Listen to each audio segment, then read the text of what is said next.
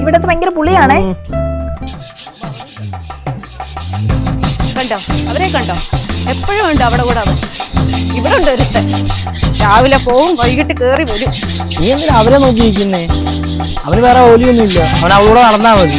ഞാൻ അങ്ങനല്ല, ഞാൻ പോയിട്ട് വേണം എന്തെങ്കിലുമൊക്കെ ഇവിടെ നടക്കാൻ. ആ ചേച്ചി, ഞങ്ങൾ അടുത്ത മാസം ഇവിടെ കാണത്തില്ല കേട്ടോ. ഇവിടെ നോക്കിയേക്കണേ. നിങ്ങൾ ഇതിനെ ഇവിടെ പോവാ? കണ്ണന്റെ ഏറ്റവും വലിയ ആഗ്രഹമായിരുന്നു ആഫ്രിക്കയിലെ മസൈമാരെ പോകണമെന്ന്. ഇപ്പൊ ഏതായാലും അങ്ങ് സെറ്റായി. അപ്പൊ അങ്ങ് പോവാന്ന് വിചാരിച്ചു. മസായിമാടെയോ? നിനക്കൊക്കെ എവിടെയെങ്കിലും പോണേ അങ്ങ് പോയാൽ പോലെ. എന്തിനു കിളിച്ച മോച്ചൊക്കെ വീട്ടിൽ ഒന്ന് പറയേണ്ട കാര്യം? ഞാൻ എന്തേലും ഞാൻ വല്ല അറിഞ്ഞാണോ? നീ ആഫ്രിക്കയിലോ ഏത് കാട്ടിലേലും പോകും. ഇതൊക്കെ എന്തിനാ 5 വന്ന് വീട്ടിൽ പറയേണ്ട കാര്യം എന്തുവാ? ഞാൻ എന്ത് ചെയ്യാനാണ്? ഞാൻ ഇല്ലാത്ത നേരത്തേക്ക് അവള് വന്ന് ഇങ്ങനെ ഓരോ കാര്യങ്ങൾ പറയാം. നിനക്ക് എന്റെ അവസ്ഥ നല്ലതായിട്ട് അറിയാവുന്നില്ലേ? ഒന്നാമത് വാടക വീട്ടില്ല. അവള് പറയുന്ന അവിടെ പോണം ഇവിടെ പോണം. ഏകദേശം കൊണ്ട് ചെയ്യാൻ പറ്റുന്ന കാര്യമാണ്.